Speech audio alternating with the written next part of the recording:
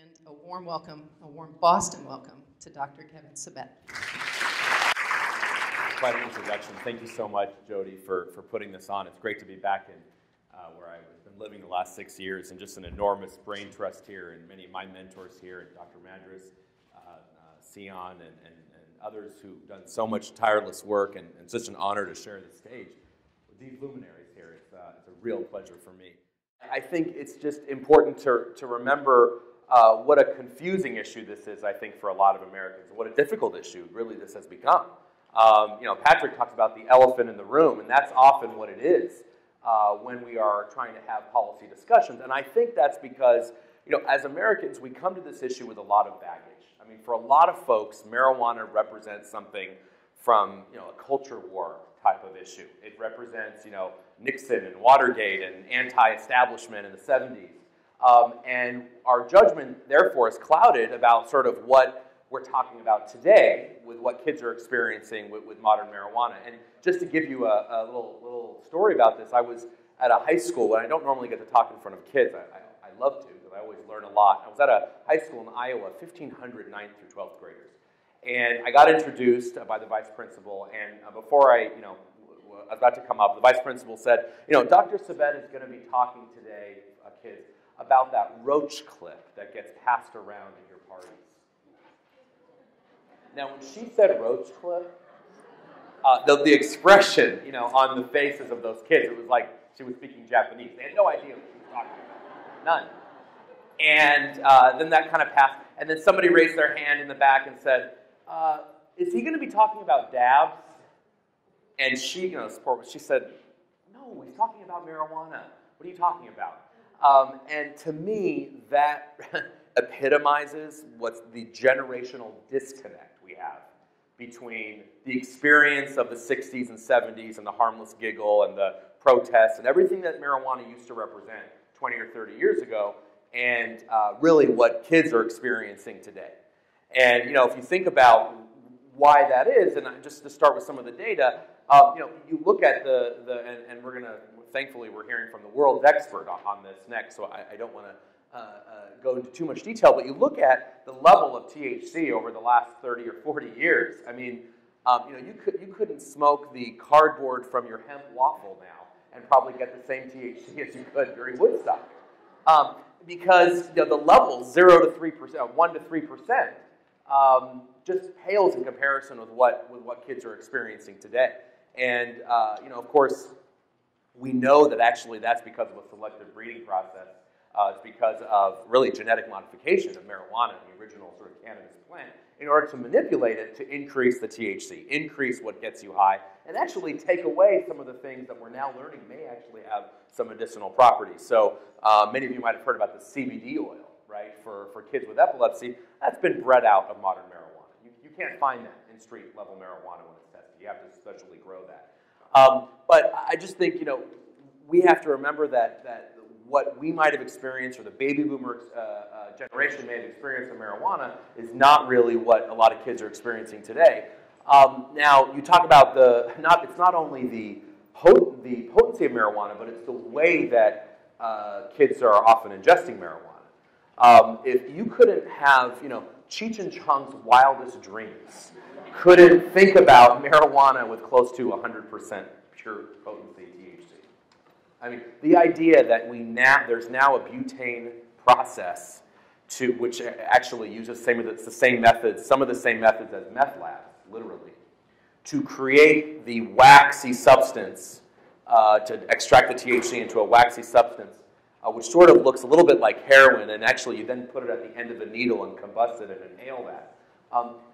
That is just not emblematic or representative of the marijuana that, a lot of our elected officials talk about they used to use in their youthful days or whatever, 30 or so years ago. And so it's not only the potency, but it's the way that we're ingesting it. And by the way, it's not just that; it's the edibles that we're now ingesting. So the idea that you can now eat marijuana in something that resembles an everyday item is extraordinary, and it's something that we could not have talked about even 15 years ago.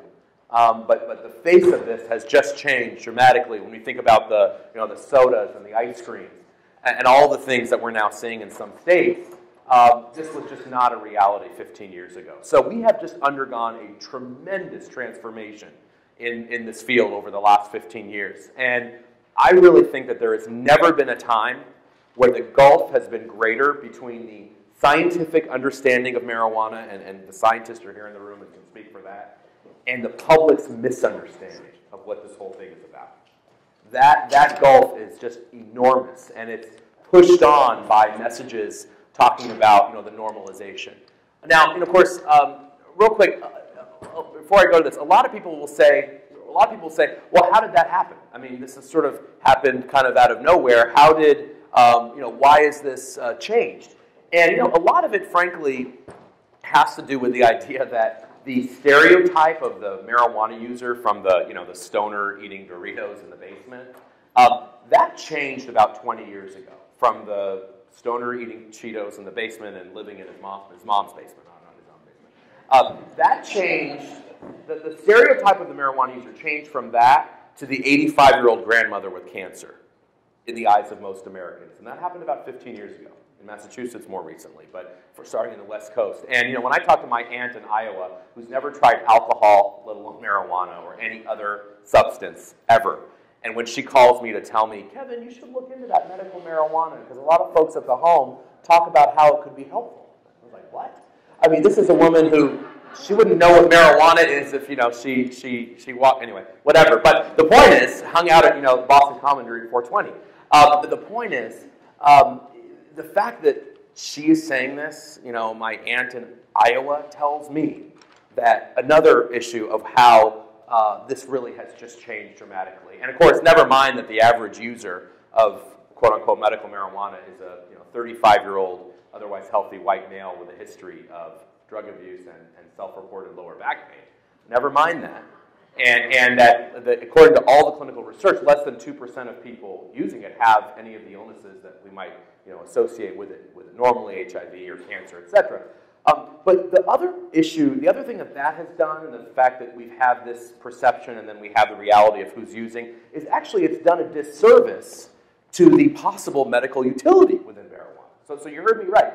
I think the research is encouraging about the possible medical uses in the marijuana plant. But the issue is, right, just like we don't smoke opium to get the effect of morphine, we don't really need to smoke marijuana to get its potential medical effects. But sort of treating it like a joke the way it is, and you talk to folks in California or Colorado, and it's kind of a wink and a nudge, that has really done a disservice to the idea that we could actually do some good medical research to find out and we're going to hear about all the interesting ways that THC and the other components and cannabinoids in marijuana affect the brain. Surely there is medical promise in the research. I truly believe that. But we haven't done a service by treating it kind of with a wink and a nudge and not really in a medical way. When folks ask, so what is my fear about what's going on with marijuana? I will tell you, I could really care less if the 60-year-old guy who wants to relive his glory days wants to smoke marijuana in his basement once a week after work. Now, as long as he's not, driving or, performing brain surgery on me or flying a plane that I'm in. Other than that, I hope he has a blast. The issue is that is really not what we're talking about when it comes to this discussion of legalization and what has happened in Colorado and Washington. Because what we're talking about is essentially the creation of a new industry. And that is what worries me the most. Because when you look at our other addictive industries, you all know that there's no way to make money in this business if you're in the alcohol, tobacco, or gambling business unless you have a good amount of very heavy, dangerous users. I mean, you all know that the vast majority of people who drink alcohol do so responsibly, but the 20% of us who do not drink responsibly consume actually over 80% of the volume of alcohol. right? So just think about that, right? 80% of Americans share 20% of the alcohol among them, and 20% of Americans share 80% of the alcohol among them. Now, what does that mean if you're in the addictive business? It means you need to encourage that kind of use. You know, if you're the person that drinks a glass of wine with your dinner every night, you're a very unimportant person in the eyes of the alcohol industry. Hate to break it to you. But if you're the minority of folks who use very irresponsibly and you're a danger to yourself and your family, etc., those are actually the important folks. So if we now have another addictive industry, whatever it is, that industry, of course, tries to reward reckless behavior and encourage reckless behavior. It's why when if you go to gamble anywhere, anyone been to Las Vegas recently? The person that gets well, not this crowd, but a lot of people go. The person that gets the upgrade to the penthouse suite, is it the guy that plays $100 blackjack on his birthday every other year? Or is it the person that bets his life savings at the craps table every other day and hangs out by the ATM to get the cash advance on his credit card? Right? So you gotta, and that makes sense because you want to encourage that kind of heavy behavior. So this is what I worry about in our overall discussion about marijuana, that we're not having, first of all, a proper discussion of the pros and cons, a proper discussion of the science. Unfortunately, what you're going to hear tonight is something that most Americans do not know. This is not an indictment on the federal government's PR efforts, but unfortunately, they are totally subsumed by the efforts of an industry that is looking to make a quick buck off of addiction. And folks, we've had these industries before, again, the alcohol industry, the tobacco industry, the pharmaceutical industry, on and on. So when I look at the folks behind the marijuana industry, and I look at the guys with the Yale MBAs in their hands, who are, literally as we speak, just fundraised over $107 million in their first round of private equity funding in order to fund this industry. That is what keeps me up at night, right? That is what worries me. Guys that look like Cheech and Chong to you? No. Guys that, some people say they kind of look like me. I get a little offended at that. But basically, guys with, suits and a tie and an Ivy League MBA in their hands with a $1 billion plan to become the Philip Morris of pot, as one of them was recently quoted in the Wall Street Journal. That is what worries me. And so when we talk about that, when we talk about marijuana, to most Americans, it's the protest thing and the harmless giggle and the rite of passage. And unfortunately, we get caught often in this false dichotomy of what we can do about it. The false dichotomy says this: either we incarcerate and continue a war on drugs that's not successful, or we legalize. Or the false dichotomy says marijuana is going to cause addiction the first time you use it and make you use heroin the next day, or it's the harmless herb that really does nothing. Marijuana has absolutely no medical value, or it's the cure-all for all kinds of cancers and any muscular disorder. And that kind of sort of black and white discussion has really obscured our ability in this country to talk about this as adults. Why can't we separate the medical issue and talk about the medical components in a non-smoked way that I know this sounds crazy, where you get your medicine from a pharmacy and your doctor. I know, radical, right? As opposed to, well, we're going to legislate it, and you can't go to your pharmacy, but what I'd like you to do is go across to the sort of bad part of town, and the old strip mall with the pizza shop. You're going to see a neon green cross flashing. Go in there, Granny, buy yourself some super silver haze from the 27-year-old that's never stepped foot in any kind of higher education institution. Good luck. I don't know why it has to be that or nothing. I don't know why we can't just have a proper adult conversation about this. And I think, and Patrick's been the first person to show leadership on issues of incarceration, issues of the imprisonment rate that we have in this country, where blacks and Latinos are about 6 to 7 times more likely to be arrested than whites. And this issue of a private prison industry. But our choices are not between those policies and legalization. Anybody in here think that the legalization of alcohol has been a social justice success? How about a public health success, at least? No. So why would we ever base anything on something that's already proven, frankly, to be disastrous, and we're sort of stuck with because of a cultural accident, really, because of a cultural reason? I don't know why we can't learn from the past, why we can't learn from the tobacco industry. And so we actually recently put this ad up in the New York Times that shows perception is this guy's face. The reality is the Wall Street CEO in a boardroom. And because, and I want to thank many of you for helping us place this out in the New York Times a couple weeks ago, but this is what I think we need to do as leaders in the community talking about this, is to talk about this in a more intelligent way and talk about this industry. So, we already, as I wrap up, we already have evidence that it's not only a tobacco-like industry, it's actually the tobacco industry itself.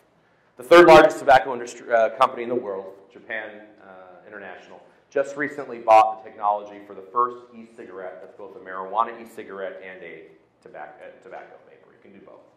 Plug it into your USB and it looks like a pen. Good luck if you're an 8th grade teacher in Colorado thinking you're going to detect marijuana use among your kids, because it looks like a stylus that you would use in your iPad. We just found out yesterday, even if these slides don't even have it, that the 22nd Century Tobacco Company just announced that they have now entered the marijuana business because they want to manipulate the amount of marijuana like they have the amount of nicotine in pre-rolled cigarettes to be able to have different brands in the market. We have the papers from the tobacco industry from 40 years ago when they were lying to Congress and lying to the American people about what they were doing. We're going to see a film later tonight that talks about that. And I hope you stay for that. It's a 10-minute film that really goes into the history of tobacco and what we're seeing with marijuana. Because, folks, the question is, who will we listen to this time? Are we going to listen to the industry that said for 80 years, no, trust us, it's actually not addictive and it doesn't really do that much damage, and doctors prefer Camels and it's good for you. Or are we going to listen to the scientists that identified these problems very early on? I think that is really the question. This is just some stuff from Colorado I thought I would show. This took me 2 minutes to cut coupons from one of the largest newspapers in Colorado. This is the advertising we're dealing with. This is just here. We're hearing about all the tax revenue that we're going to be getting if we do this. By the way, we have a lottery here. How's the public education system? Fully funded, the lottery? How about alcohol treatment? Alcohol treatment providers in here, you're good to go? We have a lot of tax revenue from that. And tobacco even? Tobacco cessation? No. And so now we're just offered the latest thing that's going to, give us the wonderful revenue that we want. So when we stick to bumper sticker solutions for public policy, legalize it, lock them up, we end up with bad outcomes. And so my sort of quick and dirty on this is if it can fit on a bumper sticker, just be very skeptical. Because this is a nuanced issue, folks.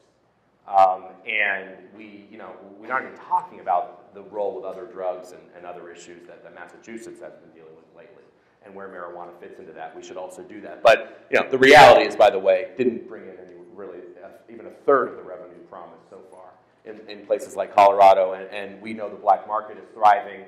We're told we'll get rid of the drug dealers. That's not really happening because they just undercut the legal price. It's not that hard to do. So just ending with this again, and this is kind of a preview to this film we're going to see, but I think we do need to remember our past. We need to remember the lies and deceit from a similar industry that we had, and frankly many of them that we still have, as we move on to this question. And we need to listen to the scientists. Let's listen to the research, and then make an educated decision. And that's why we're here tonight, and in that light, I'm pleased to introduce the director of the National Institute on Drug Abuse, Dr. Nora Volkow, who has just done tremendous work and leadership in the federal government on funding this. NIDA, of course, as you know, funds over 85% of the world's research on drug abuse. And with Dr. Volkow and how we have been learning all sorts of interesting things about especially how these drugs affect the brain and how we can learn from them to help people enter into recovery. So, Dr. Volkow. Good evening, everybody. It's a pleasure to be here, and I actually thank the organizers for inviting me. And the last time I was here actually was with Patrick Kennedy, and he was celebrating the 50th-year anniversary for men going into the moon. And I think it is, as I was thinking about it, and I said, this is an example of the things that we can do as humans that is extraordinary. It beats any imagination. And perhaps because of it, and now we're sitting down here and discussing marijuana, and it's a notion that pertains to it, because ultimately what we do as humans, as individuals and as a civilization is the product of our brain. And we're discussing a substance that ultimately is going to be influencing and impacting the brain of us and over the next generations. And that's why what we're doing right now here is so important. I've been in this position for 11 years, and the notion, one of the reasons why I took the position was I love research, so I always am a very curious person. But I came to realize that science was not sufficient to move policy. So my perspective was the challenge is how to make science in such a way that it can guide policy. And I think that that's one of the big challenges in terms of what is the information that we require in order to make others recognize that even though it would be wonderful to think that marijuana is a very safe drug and that you can get high and it's going to have no consequences, unfortunately, the data is not showing that. So we need to understand objectively what are the characteristics of the drug and to try to predict what the consequences are, because that way we can actually make decisions of how to prevent harmful effects. Now, marijuana is a drug of abuse, and it's a drug of abuse. It actually is the most frequently illicit substance in the United States and in many areas of the world. And at least 1/3 of the American population has been exposed to marijuana, and approximately a little bit more than 2 million individuals start marijuana every year, are new users. So the United States has one of the highest rates of abuse of marijuana globally.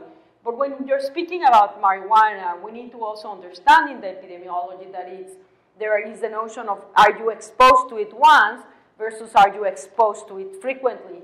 And we now come to recognize that we need to understand those dynamics because while ideally you don't want anyone to get exposed to a drug, it is really the ones that go into regular use that are more likely to have the most adverse effects. And among those that are more vulnerable, we have the adolescents and the young adults. And most of the transition on the process that goes between experimenting with drugs and becoming addicted occurs during the late teens and the early 20s.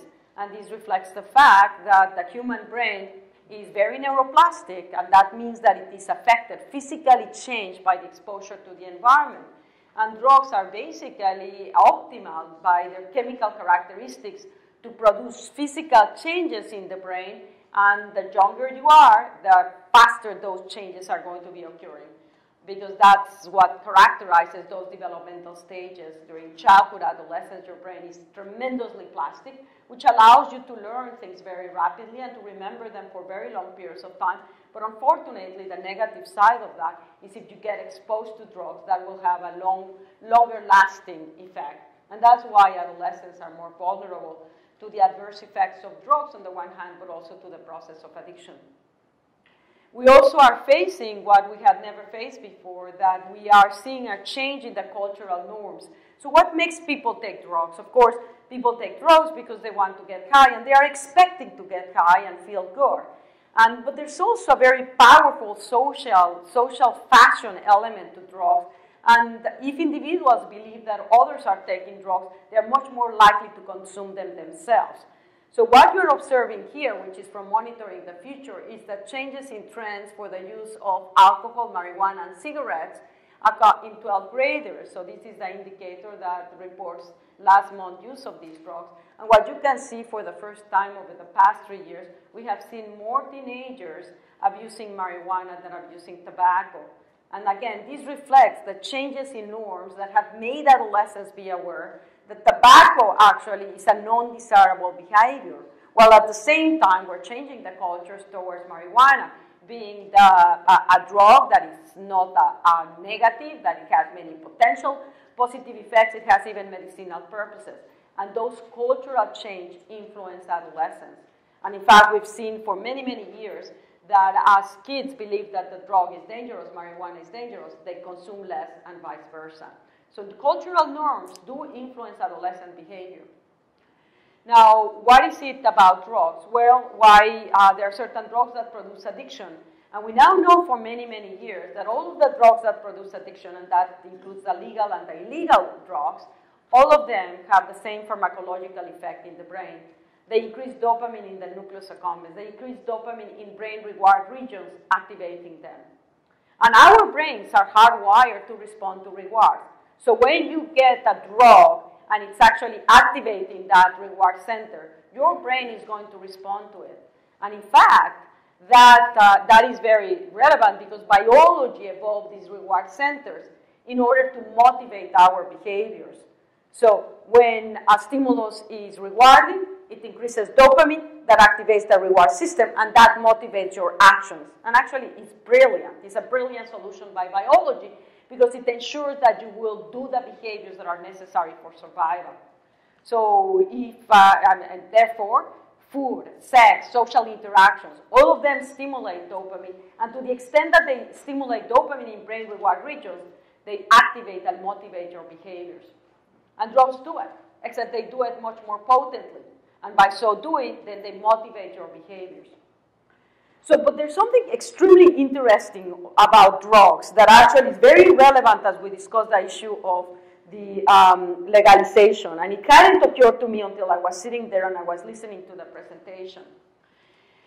When you get a rewarding stimuli pleasurable, dopamine goes up. But it's interesting because dopamine not only goes up with stimuli that are rewarding and pleasurable, but it also goes up with stimuli that predict that your brain, that you're going to get a reward, which we call conditioned stimuli. And again, this is an extraordinary, brilliant solution by biology. Think about it. So you are going to actually increase dopamine when you see a stimulus that predicts that you're going to get a reward. And because increases in dopamine enhance your motivation to do the behavior in order to get the reward, that ensures that you will do the behaviors necessary in order to consume that drug. In this case, because drugs are a reward. And as we legalize drugs, what we're going to be doing is actually not just making the drug more available, but we're going to be surrounding ourselves with all of these stimuli that we're going to get conditioned. And the thought came to me, because I had never thought about it in terms of how legalization can be negative, when I was looking at Kevin's advertising and these wonderful candies and all of that, and I'm getting conditioned to them. And I said, I'm going to start to crave. And it's an automatic process. So this is another aspect why legalization of drugs has a very negative effect, because it brings forward stimuli to which you get conditioned that will make you automatically, just by visually looking at them, activate those dopamine systems that motivate you to want to have them. And again, this is like to drive a lot of, we know that from drug addiction, a lot of the drug-taking behavior. So here you have the different drugs, amphetamine, marijuana. Marijuana is less potent in increasing dopamine than amphetamine, but it's equivalent to what you see with, actually it's equivalent in its magnitude of increases in dopamine to what you see with nicotine and alcohol. And even heroin is much less potent than drugs like amphetamine, cocaine, methamphetamine, which are among the most potent in increasing dopamine. Now, marijuana acts by stimulating cannabinoid receptors, and the cannabinoid receptors have very, very high concentrations all of our brain and bodies. And we have our own endogenous cannabinoid system, and we produce endogenous cannabinoids. There are different types, and they stimulate cannabinoid receptors. And marijuana just takes advantage of these receptors and stimulates them. However, what happens when you're actually taking marijuana is the stimulation of the cannabinoid system is much more potent. And when you take it repeatedly and frequently, then your biology adapts and you start inhibiting the synthesis of your own endogenous cannabinoids and changing the concentration of cannabinoid receptors. And the result is that while you may feel great when you're intoxicated with marijuana, the moment that marijuana starts to clear your body, you will get into a state of deprivation.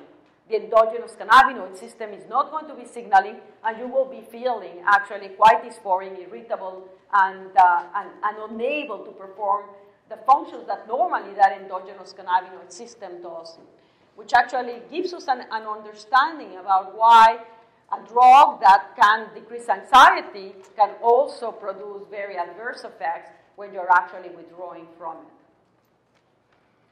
Cannabinoid receptors are in multiple areas of the brain. Some of the ones that have the highest concentration include the brain reward region, but they are also highly concentrated in the in the cerebellum, where you say coordination, which allows us to more coordinate our actions. They have very, very high concentrations in areas of the brain involved with judgment, which is actually one of the reasons why it can impair thinking process and sensation. So they are also all over our body. And that's why, on the one hand, there's a lot of interest in the pharmaceutical companies. There's been for many, many years of the development of compounds that activate directly or indirectly this endogenous cannabinoid system for the treatment of a wide variety of disorders, including exactly analgesics, including medications that may be useful for pain, anti-nausea, anti-glaucoma, anti-inflammatory drugs based on endogenous cannabinoids by inhibiting the enzymes that metabolize them. So they are potentially extremely interesting as pharmacological targets for a wide variety of diseases, including the metabolic syndrome. So there is a lot of interest, not surprising. I say they are all over our body, and we actually don't even completely understand the whole physiology of these cannabinoids. They produce addiction, yes they do, whether people like it or not, and it's actually quite surprising that people still question that marijuana produces addiction. You can actually generate an animal model where you can actually document all of the symptoms that characterizes the process of addiction. It's harder for some people to recognize addiction for marijuana because it leaves the brain very slowly, so you don't have the traditional, very powerful withdrawal that you see with drugs like heroin or with alcohol. On the other hand, you don't have it neither for cocaine, and nobody right now questions that you can become addicted to cocaine. Of course, in the 80s, people questioned that you could become addicted to cocaine.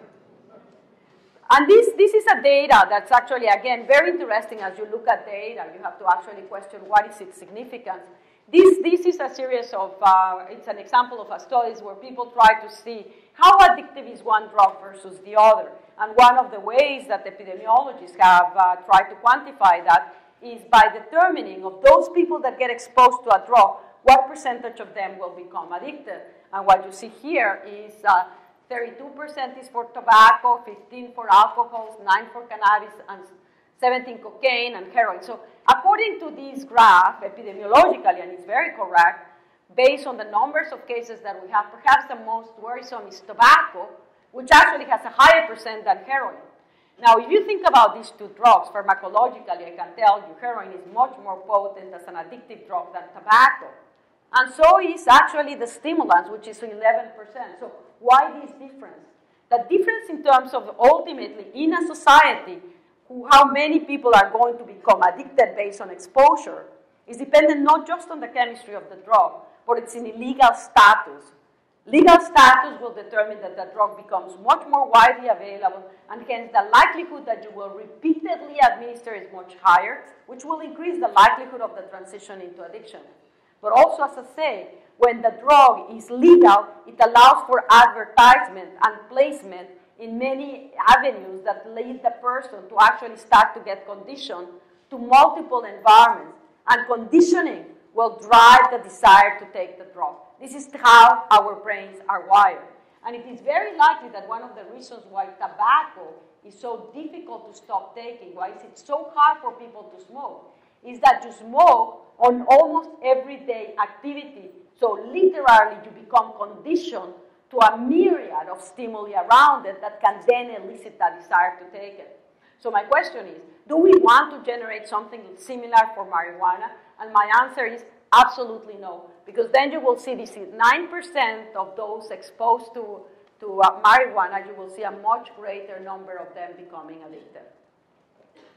Now, is marijuana bad for the brain? I think that I'm going to just basically focus on the aspects that relate of, is marijuana bad for the developing brain? Because I'm going to take Kevin's position. I think that if someone wants to basically give up work and there's no, and says, I want to enjoy my golden years, blah, blah, blah, I'm going to get stoned and and as long as I do it on the basement or someplace like that, ultimately, who cares, right? But we cannot be so cavalier when it comes to young people. Because young people, number one, their brain is developing, and you are building your future generations, where we are going as humans, where we are going as a society in the younger generations. And the issue is, could exposure to marijuana affect the brain? And I gave basically already, so sometimes we use these like bumper stickers. I say there are bumper stickers questions or arguments that people say, well, you have arguments, you have legalized alcohol, blah, blah, blah, and tobacco, and you have said you don't want to legalize marijuana. I said, I didn't legalize alcohol, nor I legalized tobacco, right? Plus, let's think about it. Tobacco, even though it kills a lot of people, it kills a lot of people. 400,000 people that die from nicotine-related diseases in our country. It does not interfere with your cognitive abilities. It does not interfere with your motivation. Alcohol intoxicates you, and when you're intoxicated, your brain may not be working very well. But the pharmacokinetics, that is, the duration of the effects, are very short-lasting. That's not the case with marijuana. Marijuana directly interferes with the processes, with cognitive processes that are required in order to actually educate yourself, learn, memorize. With cognitive processes, with emotional processes that are related to motivation and drive. And those are crucial for actually building up the behaviors that will allow you to become successful adult individuals. So the question is it bad for the adolescent brain? This study that came out of Harvard many years ago, it was published in 2008, was one of the first studies that actually was documenting, yes, it's not good to smoke marijuana as an adolescent because if you smoke, and the more you smoke, so there you have from 400 joints in your adolescent years to never. You will have, the more you smoke, the lower the likelihood that you will gain a university degree, the lower your personal income, the more likely that you are unemployed. So these are not good indicators.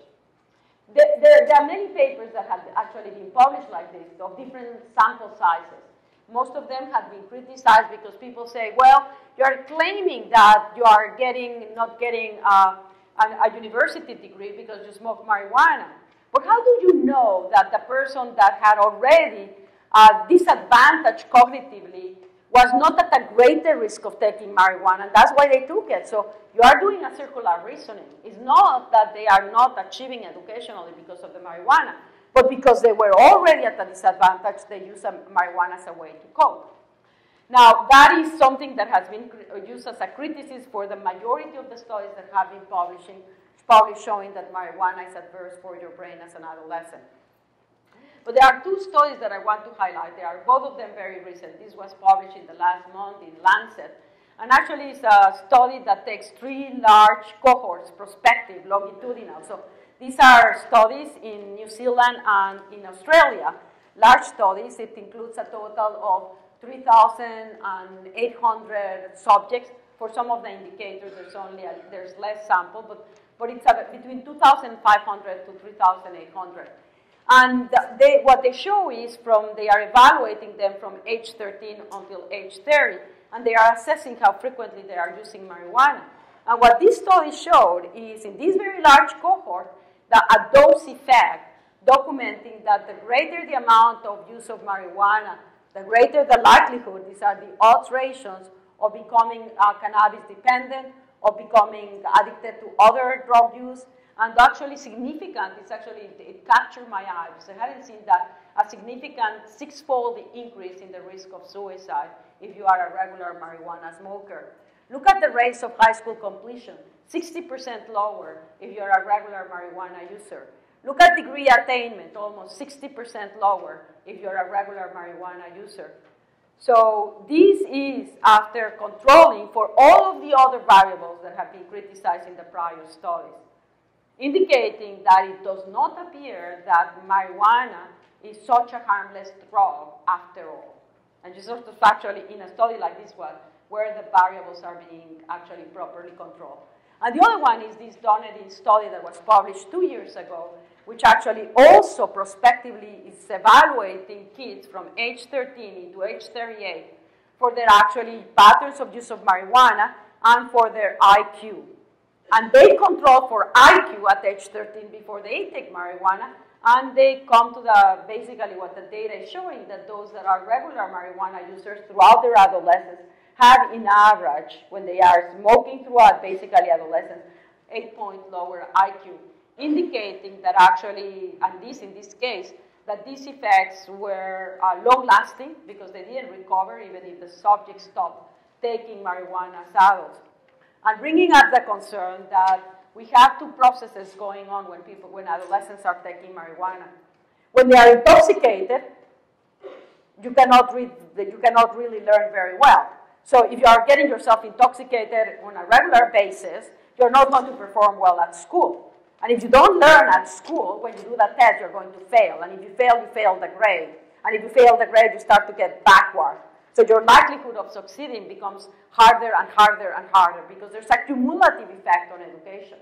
But the other one, which is also very, very worrisome, is that the use of the marijuana is interfering with the function of the brain in a long-lasting way, beyond just the intoxication process. And I think that that's the other aspect that we need to recognize. And what the studies are actually showing, it's indeed happening. So yes, you have the acute effects that are negative, but over that, there's also evidence now that it is negatively impacting on your brain. And this is a study that was published also 2 years ago using diffusion tensor imaging with MRI to track the density of connections of different areas of the brain. And it compares individuals all of these are adults, but it compares those that have smoked marijuana regularly during adolescence versus those that are not. And the images there are locating the pathways where there is a decrease in connections between those that use marijuana in adolescence versus those that did not.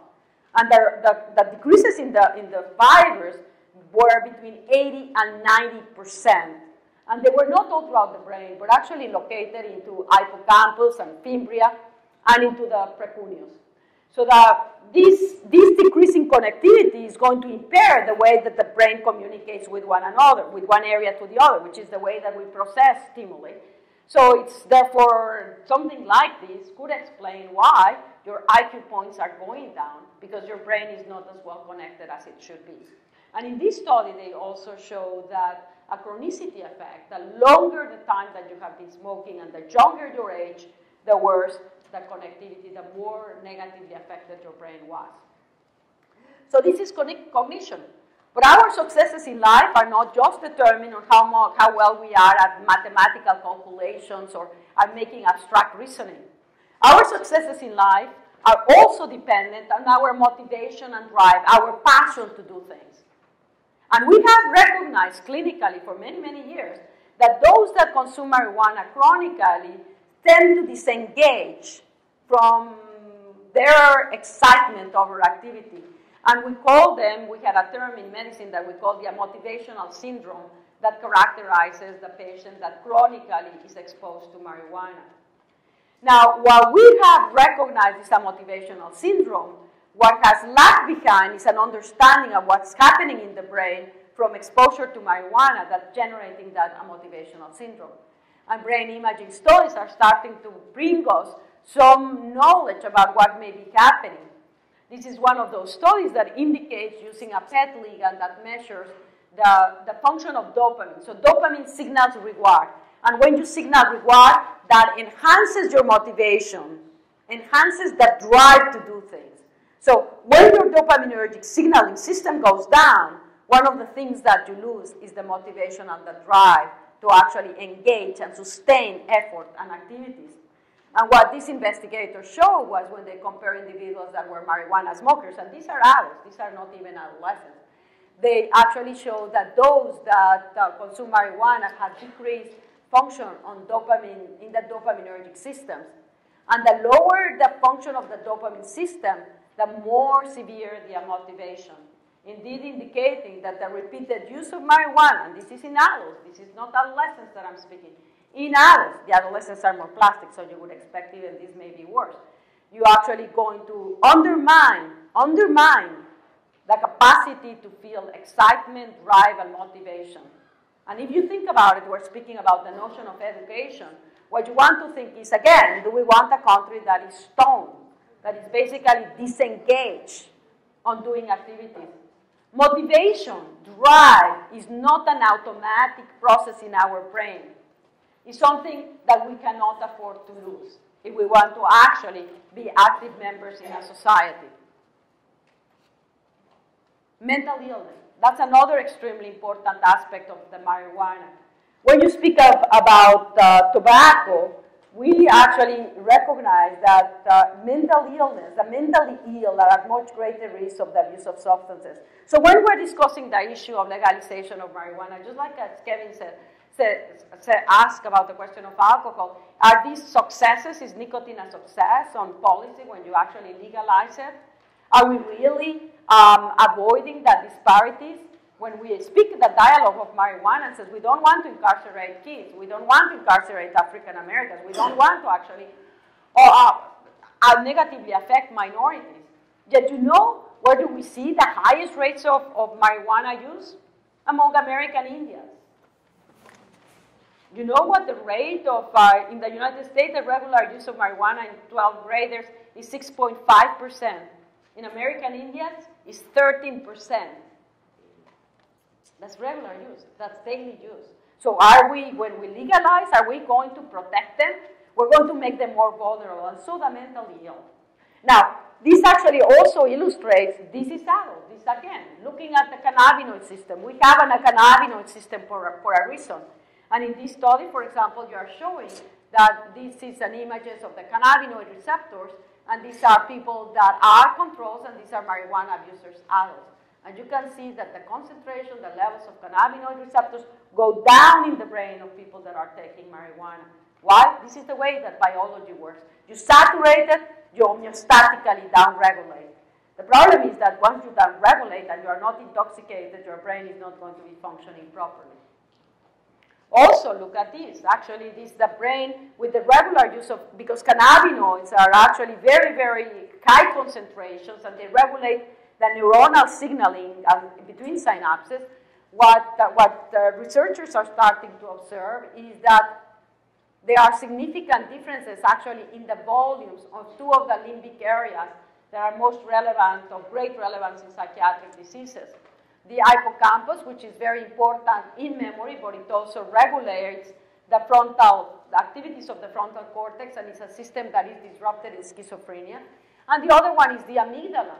The amygdala is probably the hub area in our brain for our emotions. And it's an area that's implicated both in depression and post-traumatic stress disorder. Both of these brain regions are loaded with cannabinoid receptors.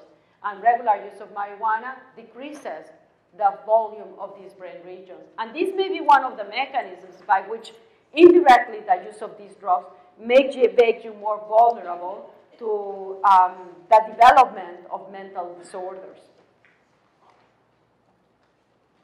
This is the data that I'm actually just showing you with respect to mental disorders because it has generated the most attention, and that is the association between marijuana and schizophrenia, or a chronic psychosis. The Fates paper, which was published in the 80s, that generated a lot of attention was the Swedish conscript study by Andreasson, 45,000 kids, and what they found was those that were taking marijuana more than 50 times during their lifetime had a much, much greater risk of becoming schizophrenics than those, getting a diagnosis of schizophrenia than those that didn't smoke it. Replicated by Arsenault et al., also showing that those in that one that consume marijuana before age 17 were 4.5 times more likely to get a diagnosis of schizophrenia than those that smoked later. More recent studies linking this higher risk of marijuana to specific genes, in particularly the AKT gene, which is a gene that makes you vulnerable for schizophrenia.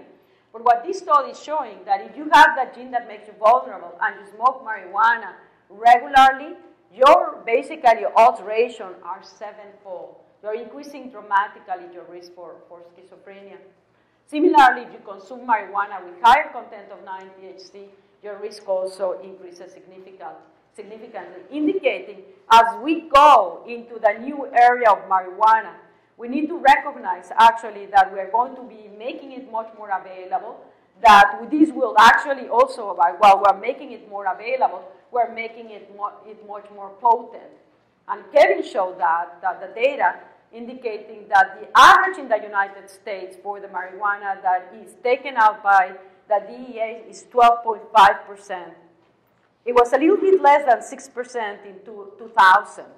So this is genetical engineering at its best. You're doubling the potency, and that in turn is making this drug much more potent, increasing the risk of vulnerability. And this you can see many indicators. This is just showing how as you look at the plasma, the blood levels of drivers through time, the content of 9-THC is going up. Yes, because they are smoking a marijuana that is much more potent. This data, I want to actually show you that I had mentioned to you, this is the data that indicates regular use of marijuana among 12th graders. It's actually basically at an extremely high level, considering that we have very high content 9-THC. Daily use in the United States in 12th graders. In high school is 6.5%. Just think about it. 6.5% of teenagers in school are smoking marijuana regularly. What are the consequences? And I want to end up with a question. I don't want to make any statements. Just basically, I want you to think about it. This is the United States on its rating for its use of marijuana among high school students for 2 years, 2007 in blue and 2011 in red. The United States is in 3rd place in terms of the prevalence rates of marijuana use. 3rd rate. I mean, you shouldn't be very basically for the highest rates of use of marijuana. And to the right, I'm putting our ranking on the basically educational achievement of our students in the United States. So this is the international ranking of educational achievement of 2012. So it ranks 35 countries in mathematics, reading, and science. The United States is ranking 35 in mathematics. We're ranking 24 in reading, and we're ranking 27 in science. Do we want marijuana to be more available for young students to use it regularly? Who we are? I mean, what has made America so great? What has made Americans so great is the boldness and the passion and the creativity to do things. To me, it's very telling that I was here with Patrick celebrating the 50 years of the achievement of going into the moon. It was an extraordinary dream. With these indicators, can we afford to push forward a 3rd legal drug that will have, unfortunately, not just the fact that it's producing addiction, but very importantly, jeopardize the development and productivity of the young people of our country. Thanks very much. I next want to introduce somebody who, when I left the White House in 2011 and was talking with Patrick about starting an organization that sort of rejected these dichotomies in marijuana, the arrest, prohibition or legalization. We realized that we needed public health researchers, we needed clinicians, we needed folks from the medical community to really step up. And one of the first people to step up was Dr. Stuart Gitlow, who is the president of the American Society of Addiction Medicine and also the head of the Council on Science for the American Medical Association. And so it's just been such a privilege to work with Dr. Gitlow and the work that he's doing and the leadership in ASAM and in the AMA that has all the strides that have been made on this issue. So we're in for a treat. Dr. Gitlow, let's give him a warm welcome.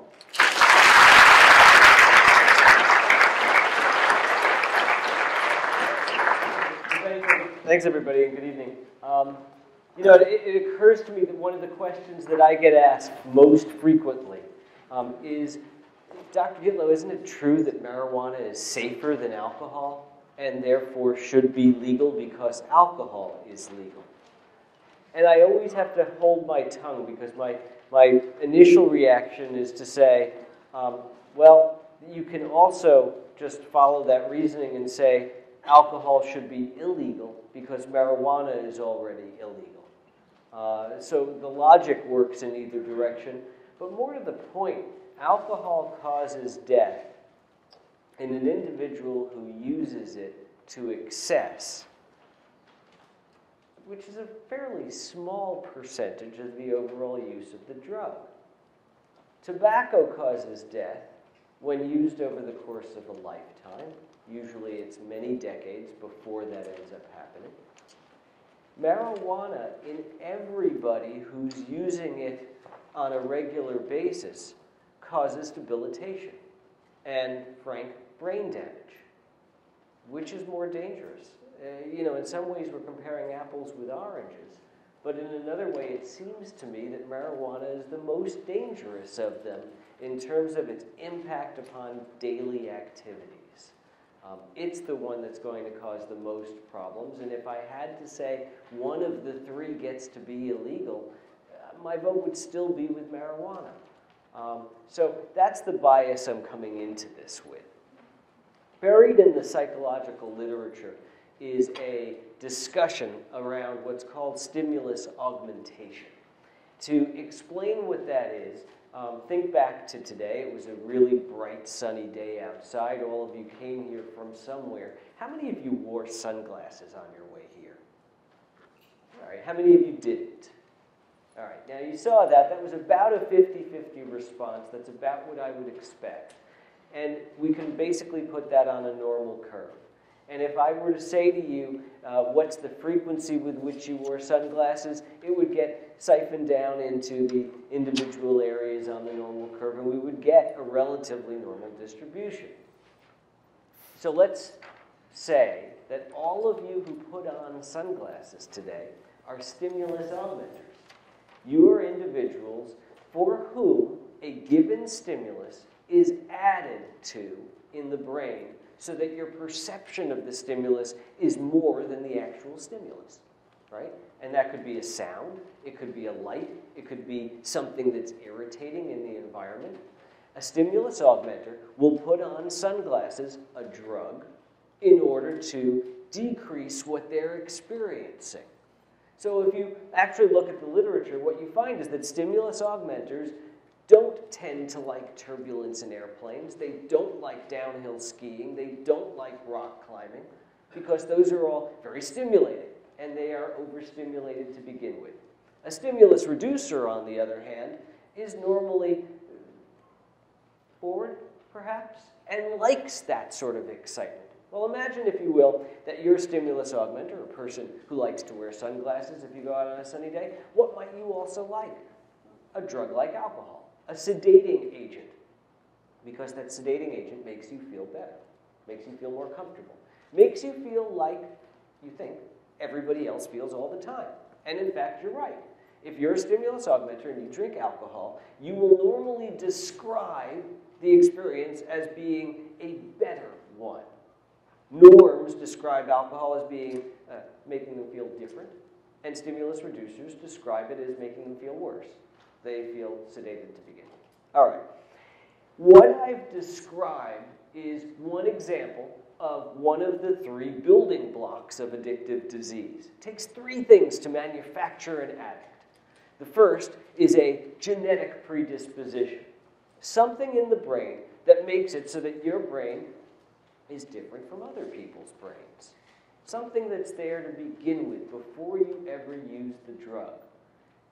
It's something that predisposes you to that which, when you take the drug for the first time, your experience is that it's a good experience, as opposed to simply different or worse.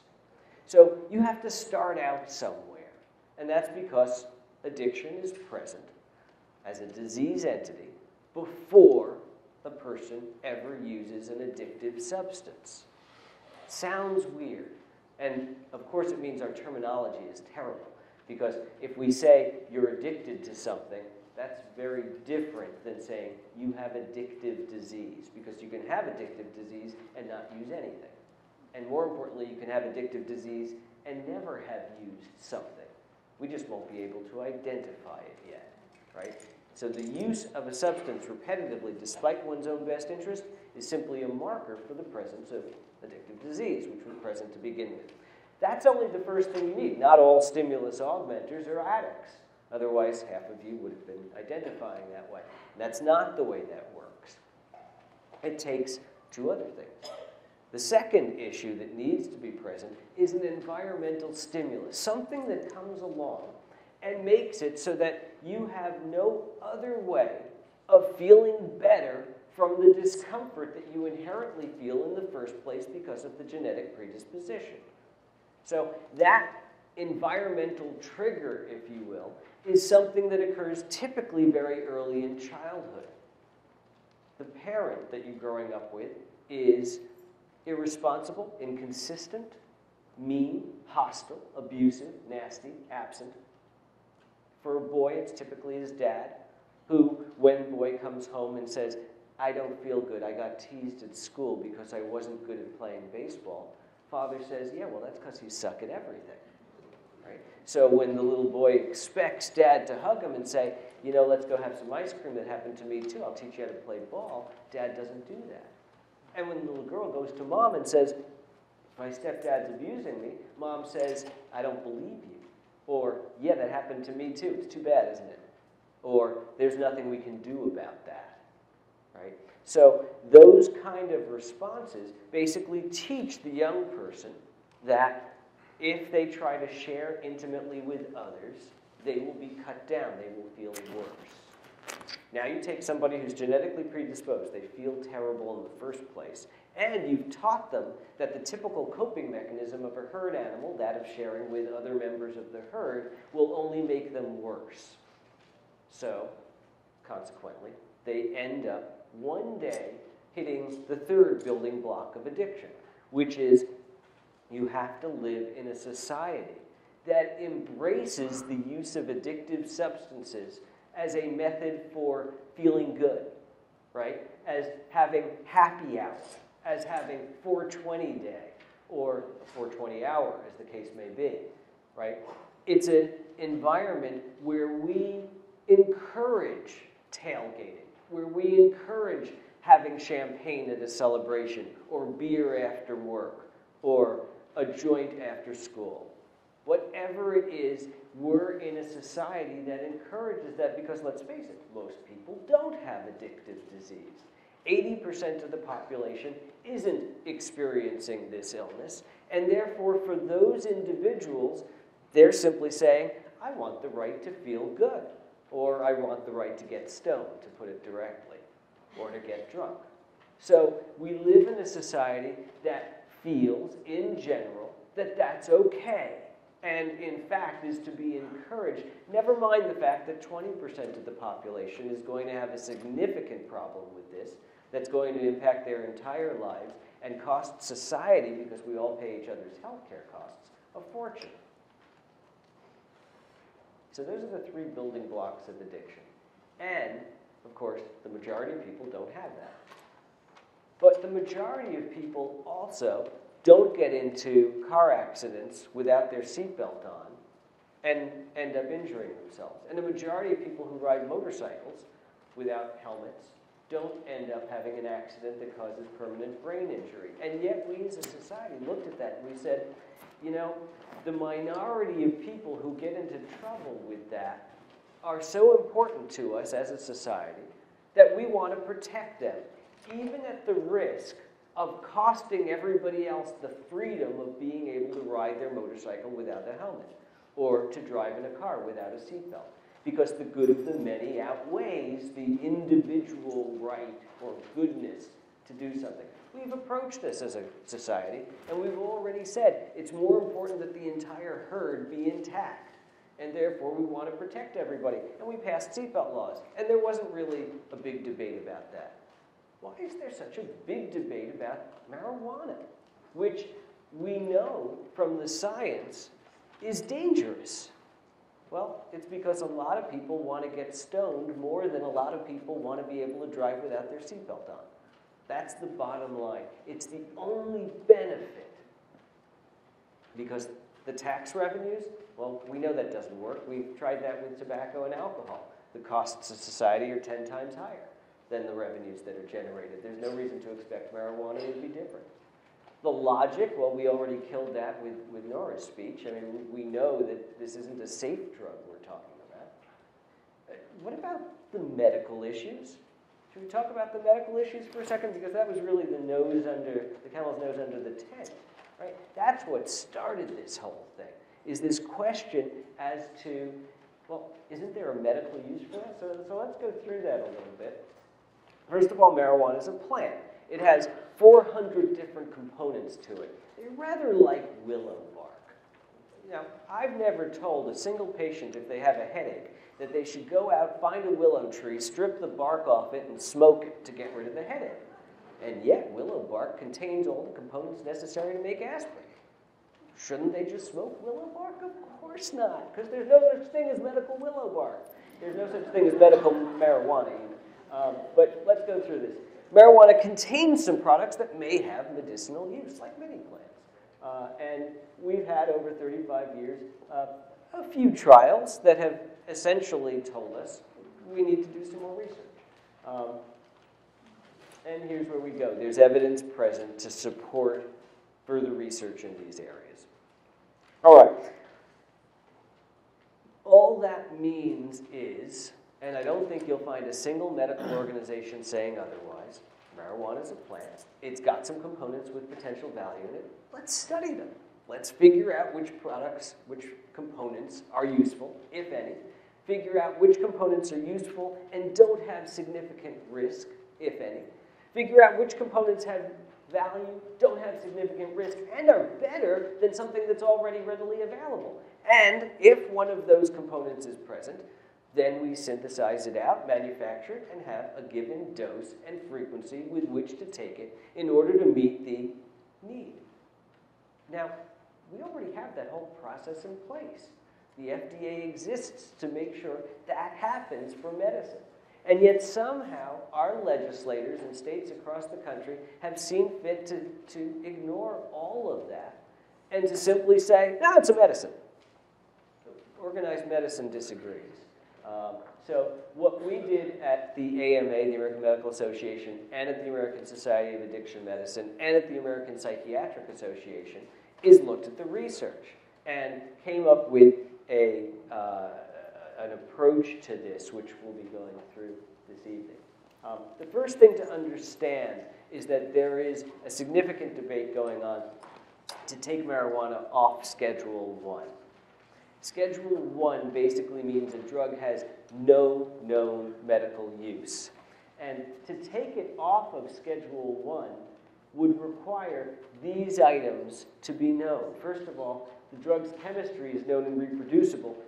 One problem, of course, is we're not talking about a drug, we're talking about a plant.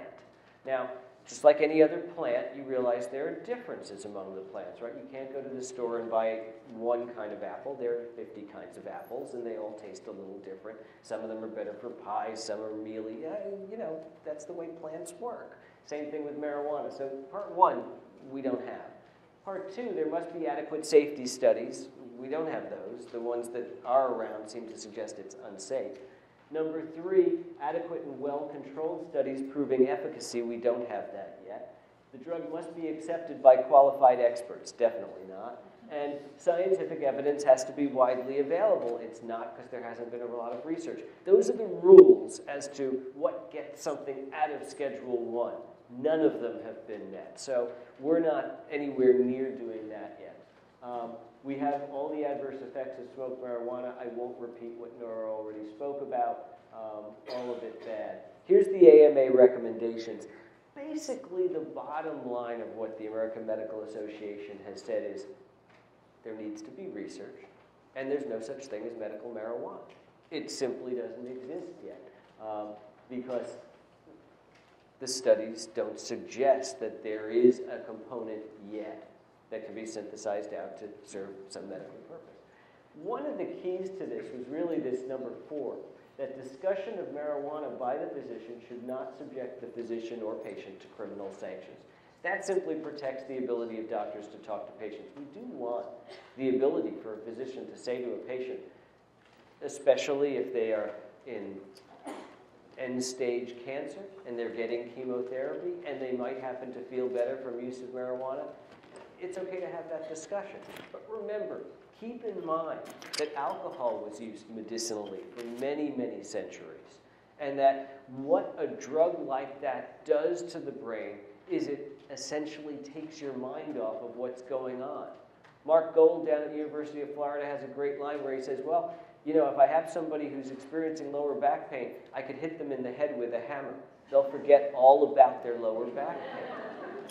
And it's true, and essentially what we're doing when we get somebody intoxicated is making them forget about their pain. Do they feel better? Yes, because they feel silly, because they're unable to really think in the way one normally does. So is that a typical medical approach to treatment? No, but again, from a subjective standpoint, it may be something somebody wants. That's very different than a physician saying this is medically useful or medically appropriate. It's simply a perhaps lifestyle or behavioral choice. The American Nursing Association, interestingly enough, and I won't get into a whole turf battle here, came at this from an entirely different direction. The Nursing Association said we should confirm the therapeutic efficacy of medical marijuana, despite the fact that no such efficacy has been demonstrated, and marijuana should be reclassified, despite the fact that we've already shown from a legal standpoint that can't happen at this point. They also said that there should be education of clinicians regarding appropriate use of marijuana. So I can't stand here and say all healthcare-related groups are on the same page. I can sit here and say all of the legitimate physician organizations are on the same page, and that there's obviously some work for us to do to collaborate with other branches of the medical field. This is the American Society of Addiction Medicine, basically saying the same thing as the AMA. What we said at ASAM that's critical here is in number 6, where physicians who ignore Rule 2, meaning we shouldn't provide patients access to marijuana, ignoring that should have a true patient-physician relationship. We don't want the equivalent of pill mills for marijuana. We don't want physicians to open up a facility and simply say, do you have one of these? Please check a box. And can I have the $200, please? And here's your recommendation to get marijuana.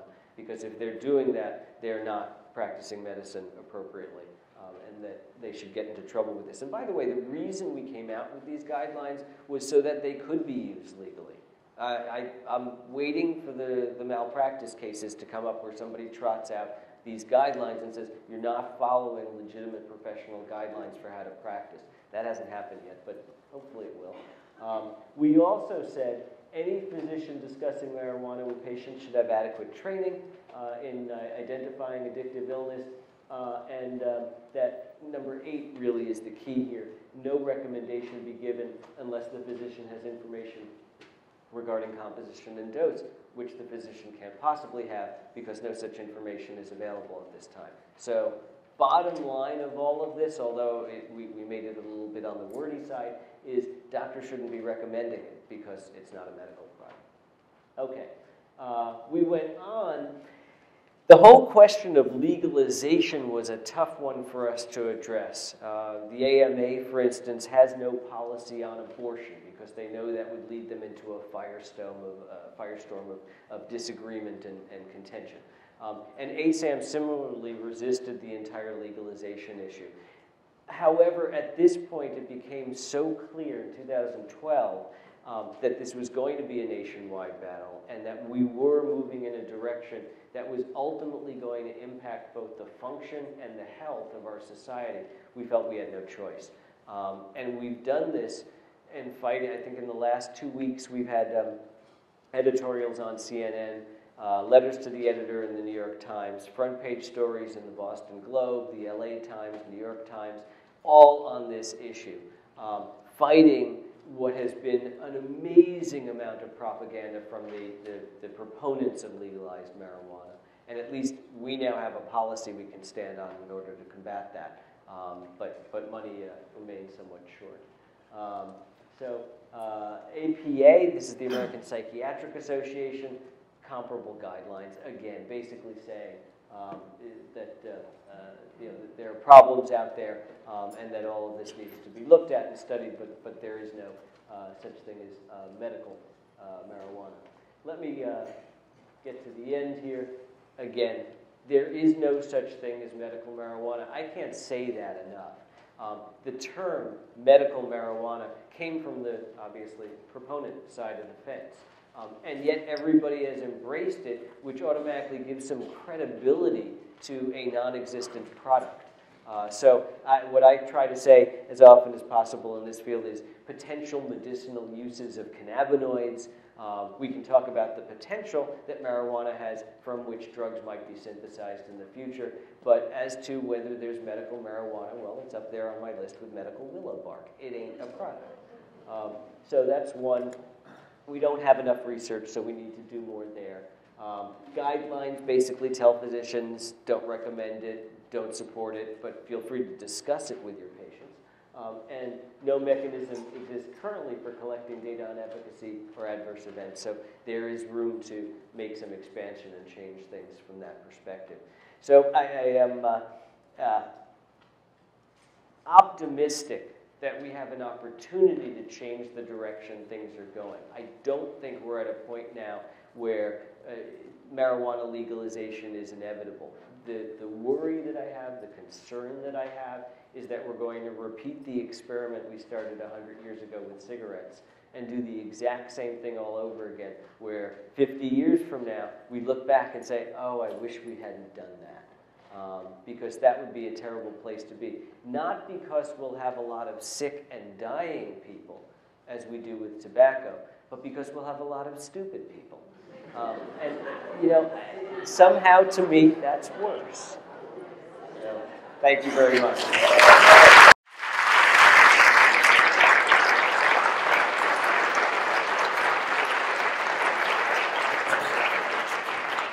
On that note, you know, often when this discussion has come up, I get inevitably someone raising their hand and saying, well, wait a minute. I'm a kid, I'm in the math club, I'm a straight A student, I'm applying into Ivy League schools, and I'm doing just fine, you know, using marijuana. Or I've heard, Kevin, marijuana is a gateway drug. It's a gateway to the White House because every single president in this last 20 years have used marijuana. I get those things a lot, or I have someone saying, wait a minute, Steve Jobs, the person that came up with one of the most successful companies of our time, was high on hallucinogens and marijuana the entire time that he was coming up with these products. So clearly, we're not going to all be done. And I have to turn that around, and I know we have some young parents in here, and have to say that, unfortunately, not every kid is a genius. And I know that's hard to take. And so if you have the 150 IQ, like Steve Jobs, great. You know what? You lost 8 points. You're at 142. You're still in the 99th percentile. You're doing okay.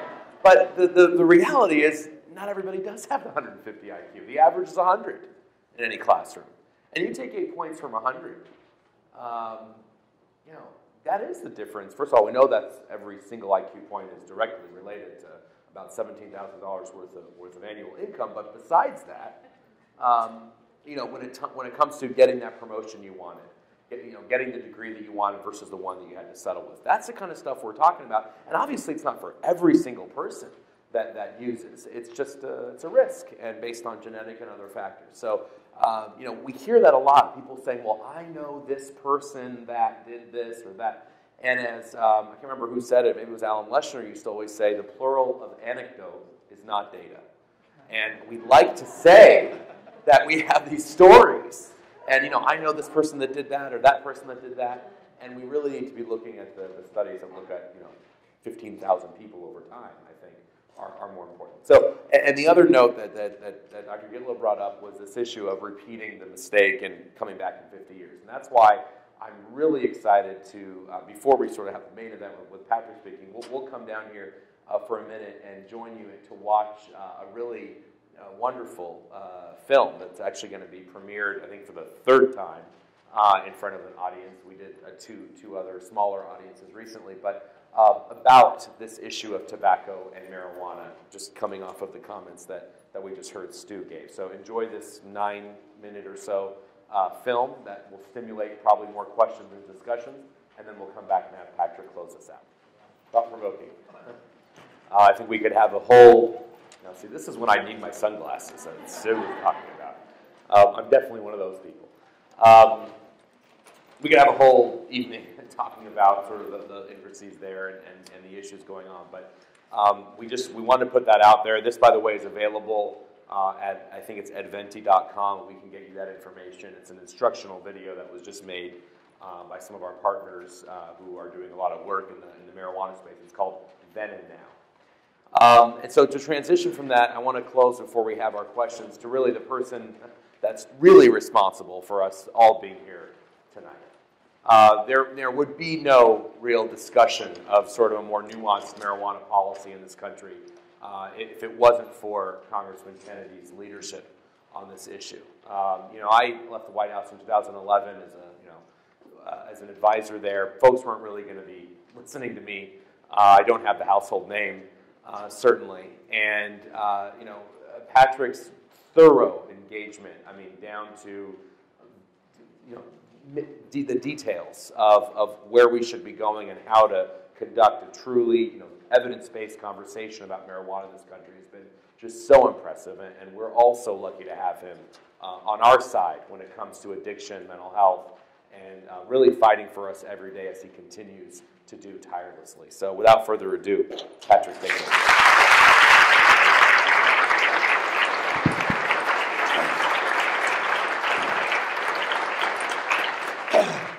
Kevin got a few things right. Me being a leader was not one of them. Kevin was my leader, and all of us can see from his presentation tonight that he also ought to be a leader on the comedy connection. He really does manage to weave in the humor there, which is so good, because it's if it weren't funny, it'd be tragic, and it's unfortunately for so many families just a story of tragedy. So, and Stu, thank you for the fantastic presentation, and of course, didn't Nora Volkow just nail it? So I want to thank all of you. Obviously, those of you, Heidi and Jody, and the ones that put this all together. Thank you, and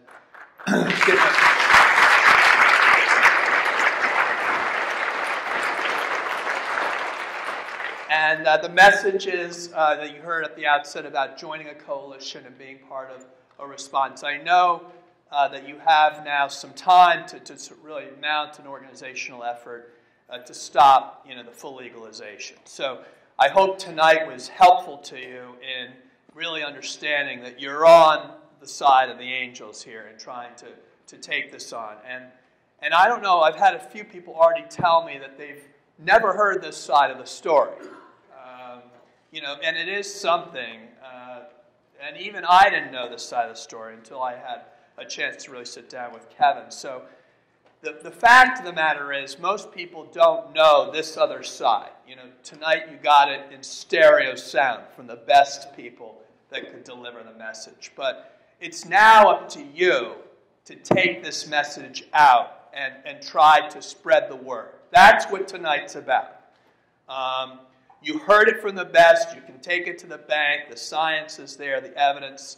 And now we need you to do what you're already doing, because none of you are in this room by accident who haven't already been involved in this movement. So I just hope you take some comfort in the fact that you've been on the right track. You've been following, many of you, your instinct. And your instinct is correct. And it's backed up by science. So I just encourage you to keep that effort going. So I was leaving Congress and trying to figure out what I was going to do with the rest of my life.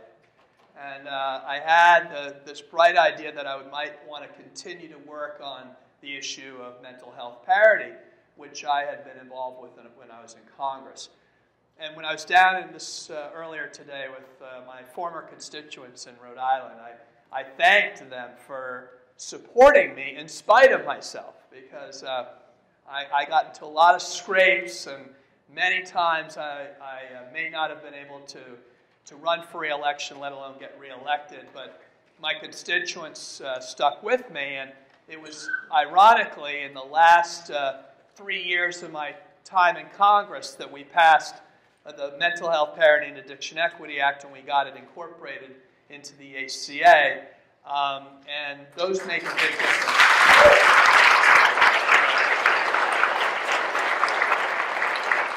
So, I found that it took a while for the rule to be issued by the administration, And so there was still a need for me to kind of stay active.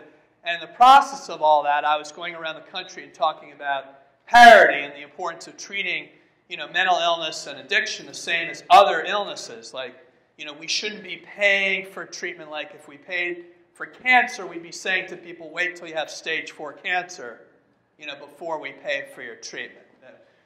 We shouldn't be treating mental illness and addiction like if it were diabetes, that we would have to wait until you had to have your legs amputated and you went blind before we treated you. That's how we pay for addiction treatment and mental illness in this country. So, I'm out there talking about how we need to implement a healthcare system that treats these issues like any other chronic illness.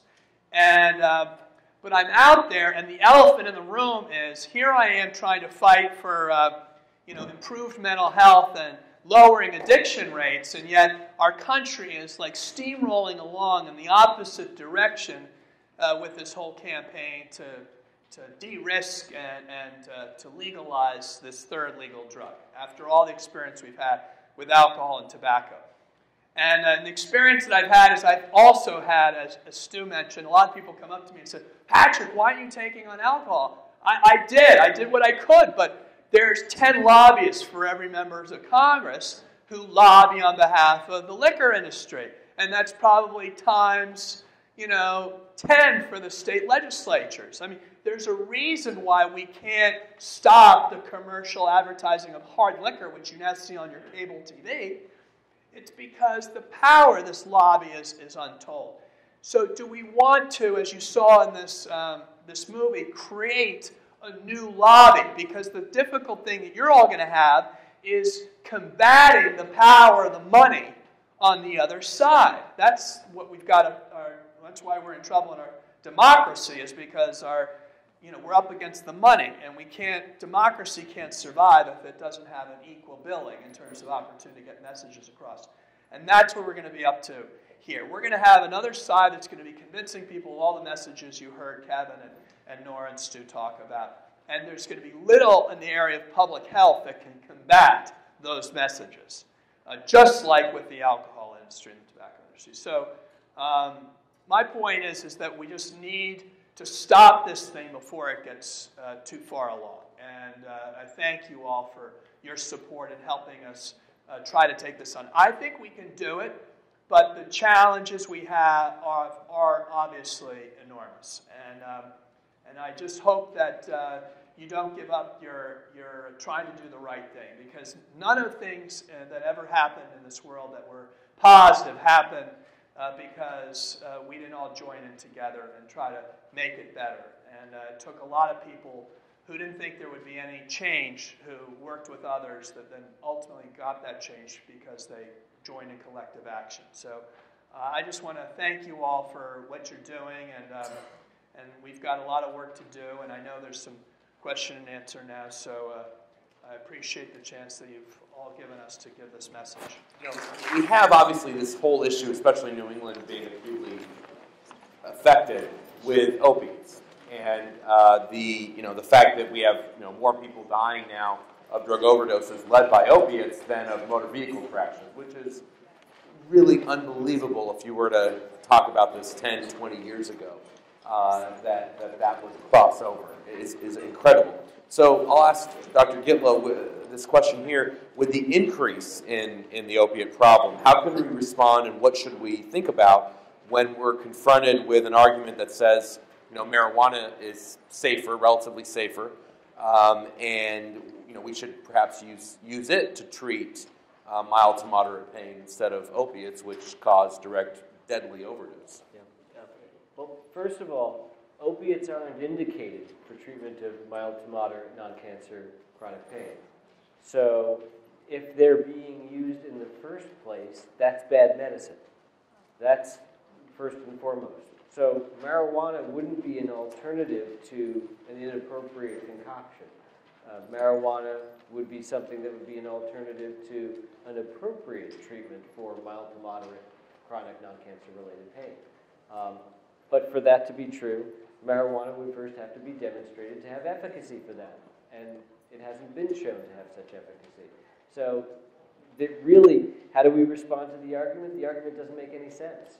That's how I respond to it. That's one thing. The other point that I'll make is that opiate-related addiction probably is a little bit different than all the other addictive diseases. Now, ASAM takes the position that there's one addiction. Addiction is addiction is addiction.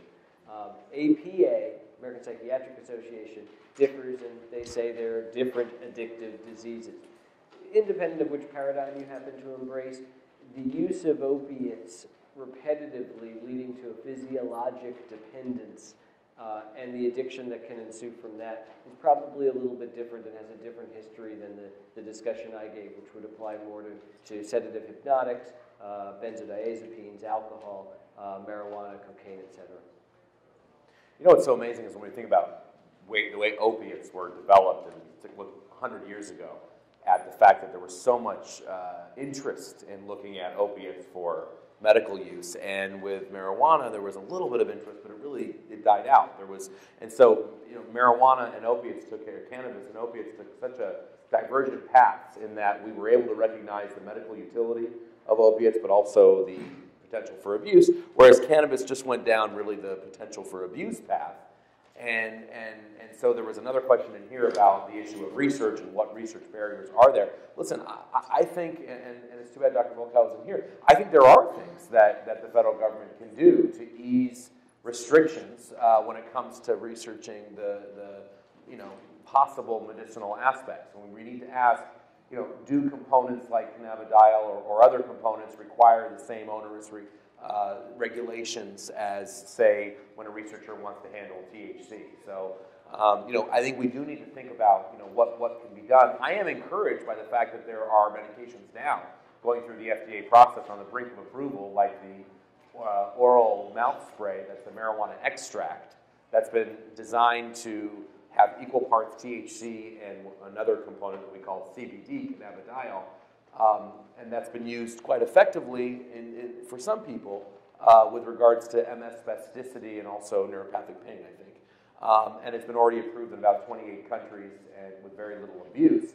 I think those are the kinds of things that we should be, sort of facilitating. But going back to your point about opiates and marijuana, we're seeing the diversion of marijuana now from medical use to kids. And hey, that's just what happened with opiates. I mean, the epidemic we have now is because OxyContin was in the medicine cabinet and people started using it, and now it's easier and cheaper to get the real stuff on the street. So this is like, talk about replay. We're going back down this road where we're going to be ending up saturating the market and getting more people exposed, just like with opiates. And one of the difficulties, again, with all of the addictive drugs, any one of them, they all have a greater effect the first time they're used. And everybody always ends up chasing that effect. That's true for the opiates as much as it is for drugs like marijuana or drugs like Valium. So that the very first time you use, it actually does seem to work. Now, let's just look at ourselves for a second in terms of prescribing habits.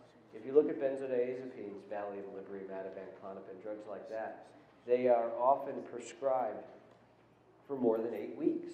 In fact, most patients taking them are taking them for more than 8 weeks. And yet, none of the studies of those drugs showed efficacy beyond 8 weeks. What happens at roughly the 8-week point is that you begin treating the side effects that the drug produces. So that beyond 8 weeks, most of what you're treating is the result of the drug use in the first place. That's true with most of the addictive substances, that you end up chasing after your tail, despite your best interest, when really it needs to be cut off. And it's true with the opiates also. So regarding that, and this question talks about when, Stu, you talked about the 3 factors of addiction, and one of them being the sort of non-empathetic parental response. And I've certainly heard from folks on the other side of this issue that say policy doesn't matter, it's just about parenting. I mean, that's a parent's job, is to essentially tell kids and supervise kids not to use, and really the policy part doesn't matter. Now, that being said, most of the families that I've met of people who have unfortunately lost children, they've been very engaged parents, actually, many of them. I mean, it's not like they've been bad parents. And this question comes to the heart of it, about, obviously there are many responsive families with children that become addicted to opioids. So maybe you want to just clarify or elaborate on what you said. And again, the building blocks are going to be a little bit different for opioids than they are for others, particularly if it ends up being an addiction that takes place late in life due to a prescription that's being given for some medical reason. So that's part of that. And also, of course, what I was giving in my building block number 2 was a generic example. Sometimes it's a lot more subtle than that. All it takes is for someone to repetitively feel less than at the hands of a well-meaning but perhaps not very well-matched parent for them to go down this path. So it's not necessarily something that somebody at a bird's eye view might watch and notice, but it's something that the child notices. Well, let me ask the answer to. I mean, we have a perfect storm here because you have an economy that still hasn't recovered. In spite of the stock market being up and employment seemingly being down, all the indices say it's more part-time, and those that are able to get full-time is substantially less income than they had prior to the crash. We have a whole new generation that's facing astronomical student loan debt, and the inability to envision themselves being able to provide for their families, to have job security. We have a whole new dynamic, I think, of anxiety amongst our young people. The prospects for them to be able to have the kind of life that their parents had, where you felt like if you went and worked, you could get enough and make for a middle-class life. That has been a challenging prospect for people to believe in. And exactly at this time, we're introducing a pipe dream. It's just, in my view, on the big picture, you couldn't talk about a worse time to be kind of introducing this thing, because it relieves temporary anxiety, it makes you feel good, and God, these kids, they don't have the coping mechanisms. We don't help kids have coping mechanisms. And it's just going to add, I think, compound the challenges we're going to have as a society with this being introduced at the time that it is in our country's history, where there's so much economic dislocation and anxiety over people's stability. So I just wanted to add that. Well, you talk about the economy. We didn't even talk about the workforce impacts of more drug use. And there was just a report that Quest Diagnostics, that does most of the workplace drug testing, is finding in Colorado and Washington and some other states, double-digit marijuana positive, sort of the average worker marijuana positive rates in those states. And frankly, folks, legal or not, no employer wants anyone to come to work stoned or drunk. Or anything else. And when I hear these arguments of, well, we need to legalize so that we can give kids opportunities to get jobs, because if they have a criminal record, they can't get a job. I don't understand why the solution to, if you have a criminal record, you can't get a job, is legalize marijuana versus, well, let's just take the criminal record part away. I don't think people with a joint necessarily need to have a criminal record that follows them the rest of their life. But you can fix that without actually having to sort of make the problem worse. And I think the reason why you're seeing a lot of groups in Washington, D.C., it's amazing to talk about some of the racial dynamics of this issue. And I just notice in the different places when I am traveling, and it's amazing. In D.C., if you all know the quadrants of D.C., Northwest being Georgetown, and sort of the richer areas, Southeast being where you don't want to go, where you're told do not go, because of the crime rates. And we talk about the issue of marijuana. There are always so many, it's sort of like we would be villainized in Northwest DC, because in the discussion, it's really easy to have a kind of a sort of theoretical discussion about how legalization is so wonderful. But when we go to Southeast DC and talk to folks who are dealing with the worst parts of our alcohol policies and sort of really feeling the public health impact, we're given a hero's welcome.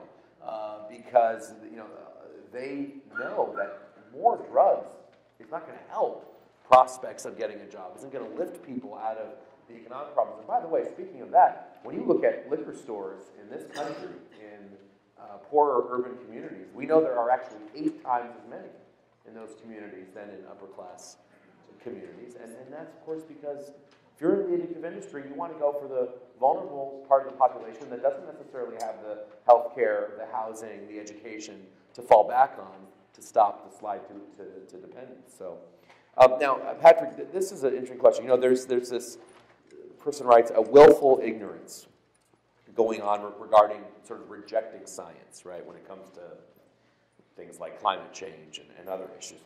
How do we overcome the inclination to reject clear scientific evidence to reach our youth about educating drugs? So we're here at President Kennedy's library.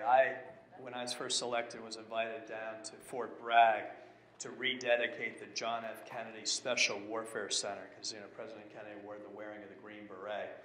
And you can imagine the humbling experience of coming in there, and they had all these Green Berets standing and salute and everything. And I had to speak in front of them.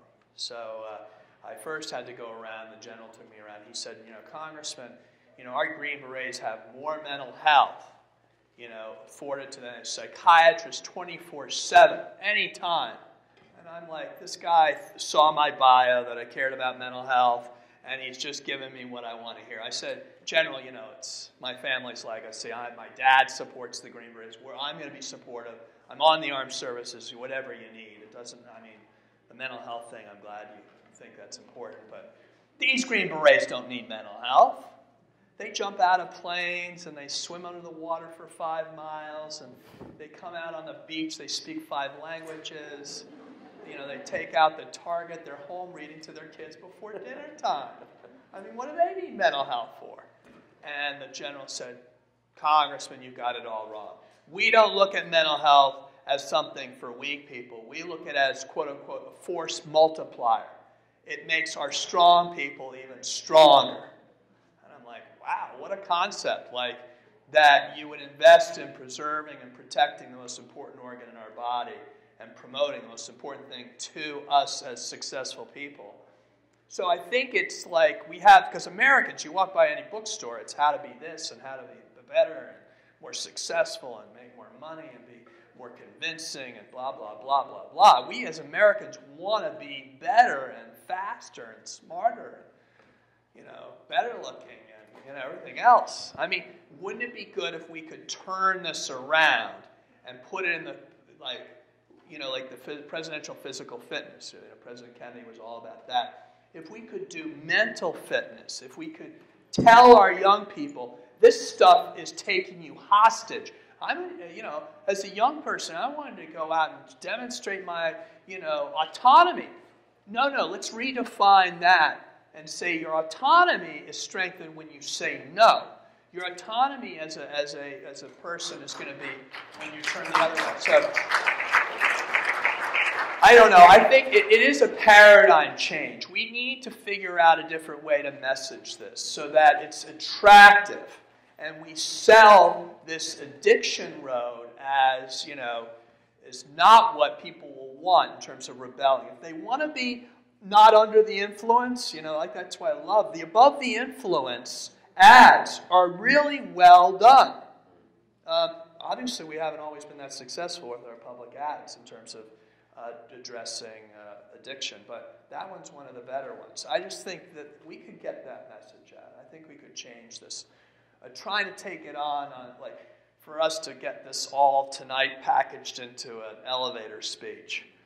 That's the job. That's what I'm still trying to get. Brings us back to the bumper sticker. The bumper sticker. Yeah. We do have a culture, though, that while it might not embrace science, does seem to be embracing health, even if they're not necessarily quite on the right track. You go into a grocery store, you find $10 bottles of pomegranate juice. Why do people pay $10 for pomegranate? Well, because it has antioxidants in the pomegranate.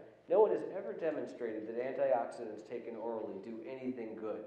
But people think, antioxidants are good, therefore it's worth $10 instead of $2 for a competitive drink to buy the pomegranate juice. Look at what we've done with cigarette smoking.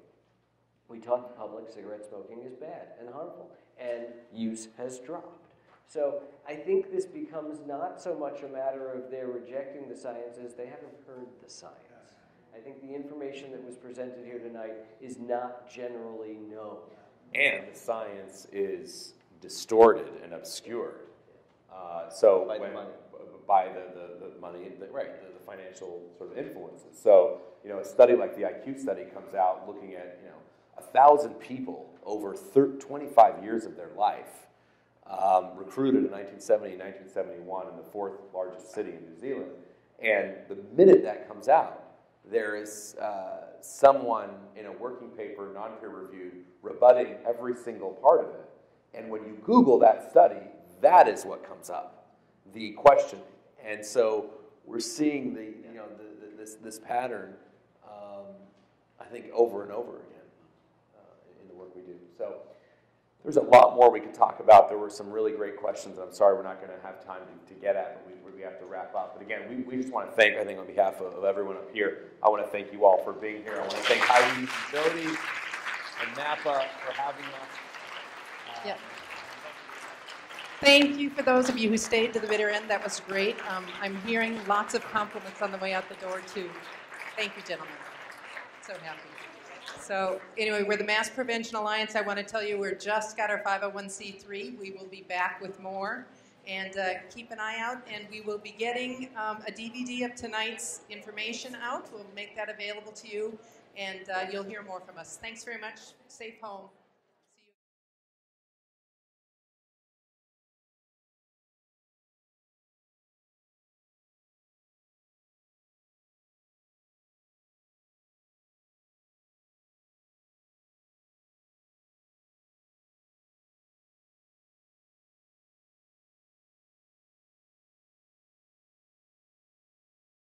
Mm-hmm.